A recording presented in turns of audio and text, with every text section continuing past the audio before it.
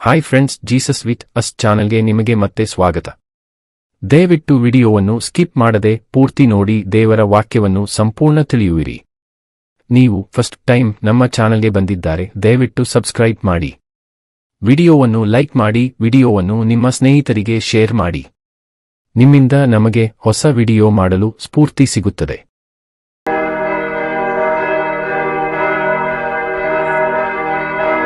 ಕೀರ್ತನೆಗಳು ಅಧ್ಯಾಯ 67.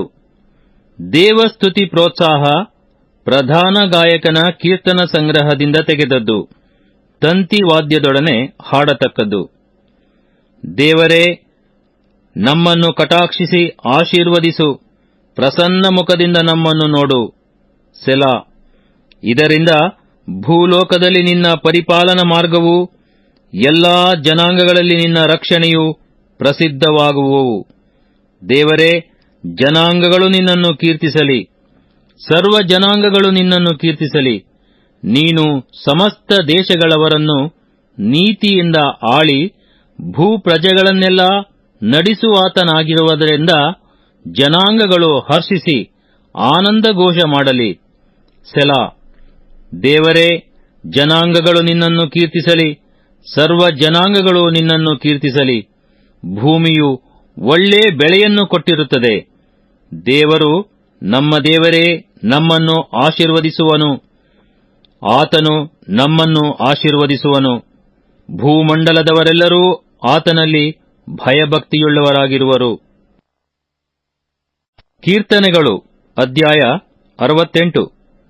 ರಕ್ಷಾಧ್ಯಕ್ಷನಾದ ದೇವರ ಪ್ರತಾಪವರ್ಣನೆ. ಪ್ರಧಾನ ಗಾಯಕನ ಕೀರ್ತನ ಸಂಗ್ರಹದಿಂದ ತೆಗೆದದ್ದು, ದಾವೀದನ ಕೀರ್ತನೆ. ದೇವರು ಎದ್ದು ಹೊರಡುವಾಗ ಆತನ ವೈರಿಗಳು ಚದರಿ ಹೋಗುವರು. ಆತನ ಹಾಗೆಗಾರರು ಬೆಂಗೊಟ್ಟು ಓಡಿ ಹೋಗುವರು. ಹೊಗೆಯು ಗಾಳಿಯಿಂದ ಹೇಗೋ ಹಾಗೆ ಅವರು ಆತನಿಂದ ಹಾರಿ ಹೋಗುವರು.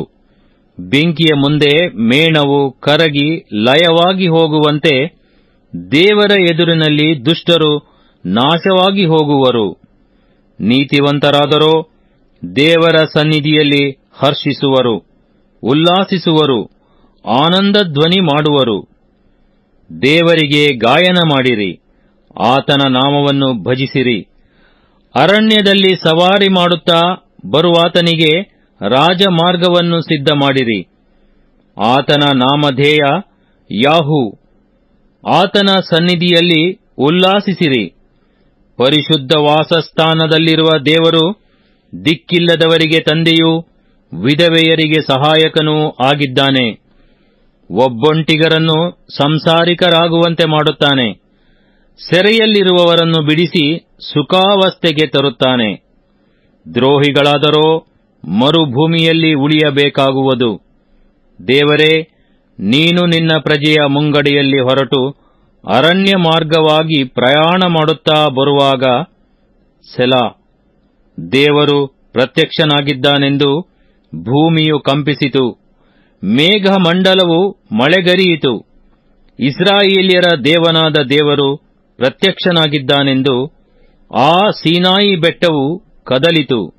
ದೇವರೇ, ನೀನು ಹೇರಳ ಮಳೆ ಸುರಿಸಿ ಬಾಯ್ದೆರೆದಿದ್ದ ನಿನ್ನ ಸ್ವಾಸ್ಥ್ಯವನ್ನು ಶಾಂತಿಪಡಿಸಿದಿ. ನಿನ್ನ ಪ್ರಜಾಮಂಡಲಿಯು ಅದರಲ್ಲಿ ವಾಸಿಸಿಕೊಂಡಿತು.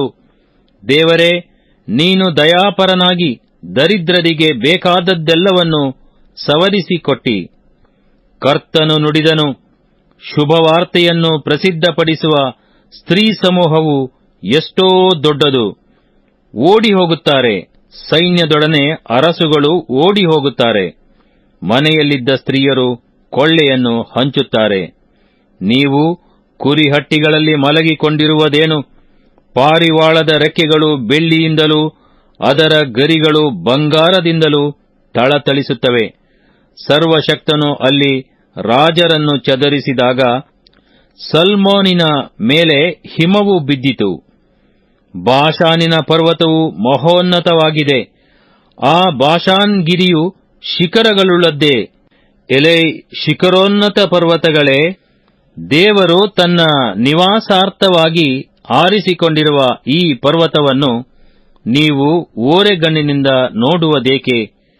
ಯೆಹೋವನು ಸದಾಕಾಲವೂ ಇದರಲ್ಲೇ ವಾಸಿಸುವನು.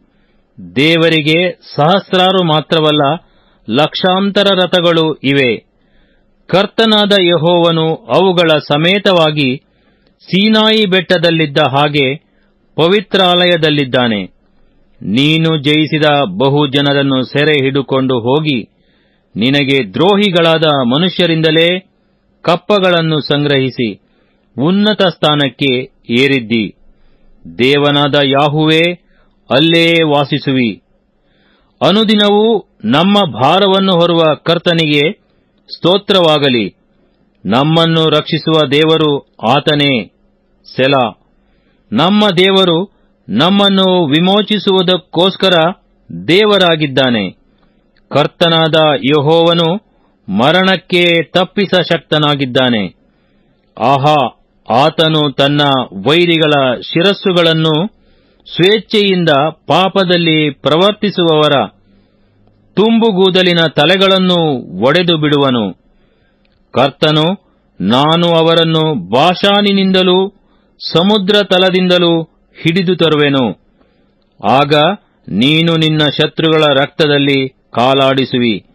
ನಿನ್ನ ನಾಯಿಗಳ ನಾಲಿಗೆಗಳಿಗೆ ವೈರಿಗಳ ದೇಹದಲ್ಲಿ ಪಾಲು ಸಿಕ್ಕುವುದು ಎಂದು ನುಡಿದನು. ದೇವರೇ, ನಿನ್ನ ಮೆರವಣಿಗೆ ಶೋಭಿಸುತ್ತದೆ. ನನ್ನ ಅರಸನಾದ ದೇವರು ತನ್ನ ಪರಿಶುದ್ಧಾಲಯಕ್ಕೆ ಮೆರವಣಿಗೆಯಾಗಿ ಚಿತ್ತೈಸುತ್ತಾನೆ.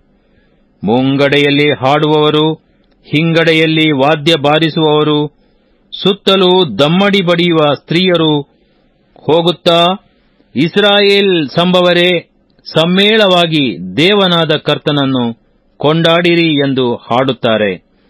ಅಲ್ಲಿ ಎಲ್ಲರಿಗೆ ನಾಯಕರಾಗಿರುವ ಬೆನ್ಯಾಮೀನೆಂಬ ಸಣ್ಣ ಗೋತ್ರದವರು, ಗುಂಪಾಗಿ ಬರುವ ಯಹೂದ ಕುಲ ಪ್ರಭುಗಳು, ಜಬುಲೂನ ನೆಫ್ತಾಲಿ ಗೋತ್ರಗಳ ಪ್ರಧಾನರು ಇದ್ದಾರೆ. ದೇವರೇ, ನಿನ್ನ ಪ್ರತಾಪವನ್ನು ತೋರ್ಪಡಿಸು. ನಿನ್ನ ಮಂದಿರದಲ್ಲಿ ಆಸೀನನಾಗಿ ನಮಗೋಸ್ಕರ ಮಹತ್ ಕಾರ್ಯಗಳನ್ನು ನಡೆಸಿದ ದೇವರೇ, ನಿನ್ನ ಬಲವನ್ನು ಪ್ರಕಟಿಸು. ಅರಸುಗಳು ಯೆರೂಸಲೇಮ್ ಪಟ್ಟಣಕ್ಕೆ ನಿನಗೋಸ್ಕರ ಕಾಣಿಕೆಗಳನ್ನು ತಂದು ಸಮರ್ಪಿಸಲಿ. ಆಪಿನೊಳಗೆ ವಾಸಿಸುವ ನೀರಾನೆ, ಕರುಗಳ ಸಹಿತವಾದ ಹೋರಿಗಳ ಗುಂಪು, ಇವುಗಳಂತಿರುವ ಶತ್ರು ಜನಾಂಗಗಳನ್ನು ಬೆದರಿಸು. ಅವು ಬೆಳ್ಳಿ ಗಟ್ಟಿಗಳನ್ನು ತಂದು ನಿನಗೆ ಅಡ್ಡ ಬೀಳಲಿ. ಯುದ್ಧಾಸಕ್ತ ಜನಾಂಗಗಳನ್ನು ಚದರಿಸಿಬಿಡು. ಐಗುಪ್ತ ದೇಶದಿಂದ ರಾಯಭಾರಿಗಳು ಬರುವರು. ಕೂಷ್ ದೇಶದವರ ಕೈಗಳು ದೇವರಿಗೆ ಕಾಣಿಕೆಗಳನ್ನು ನೀಡಲಿಕ್ಕೆ ಅವಸರ ಪಡುವವು. ಭೂರಾಜ್ಯಗಳೇ, ದೇವರಿಗೆ ಗಾಯನ ಮಾಡಿರಿ. ಕರ್ತನನ್ನು ಸಂಕೀರ್ತಿಸಿರಿ. ಸೆಲಾ. ಅನಾದಿಕಾಲದಿಂದಿರುವ ಮಹೋನ್ನತಾಕಾಶದಲ್ಲಿ ವಾಹನಾರೂಢನಾಗಿರುವಾತನನ್ನು ಸ್ತುತಿಸಿರಿ. ಕೇಳಿರಿ, ಆತನ ಘರ್ಜನೆಯು ಮಹಾಘೋರವಾದದ್ದು. ದೇವರ ಪ್ರತಾಪವನ್ನು ಕೊಂಡಾಡಿರಿ. ಆತನ ಗಾಂಭೀರ್ಯವು ಇಸ್ರಾಯೇಲ್ಯರ ಆಶ್ರಯವಾಗಿದೆ. ಆತನ ಶಕ್ತಿಯು ಮೇಘ ಮಾರ್ಗದಲ್ಲೆಲ್ಲ ವ್ಯಾಪಿಸಿದೆ. ದೇವರೇ, ಪರಿಶುದ್ಧಾಲಯದಲ್ಲಿರುವ ನೀನು ಮಹಾಭಯಂಕರನು. ಇಸ್ರಾಯೇಲ್ಯರ ದೇವರು ತನ್ನ ಪ್ರಜೆಗೆ ಬಲ ಪರಾಕ್ರಮಗಳನ್ನು ದಯಪಾಲಿಸುವನು. ದೇವರಿಗೆ ಸ್ತೋತ್ರ.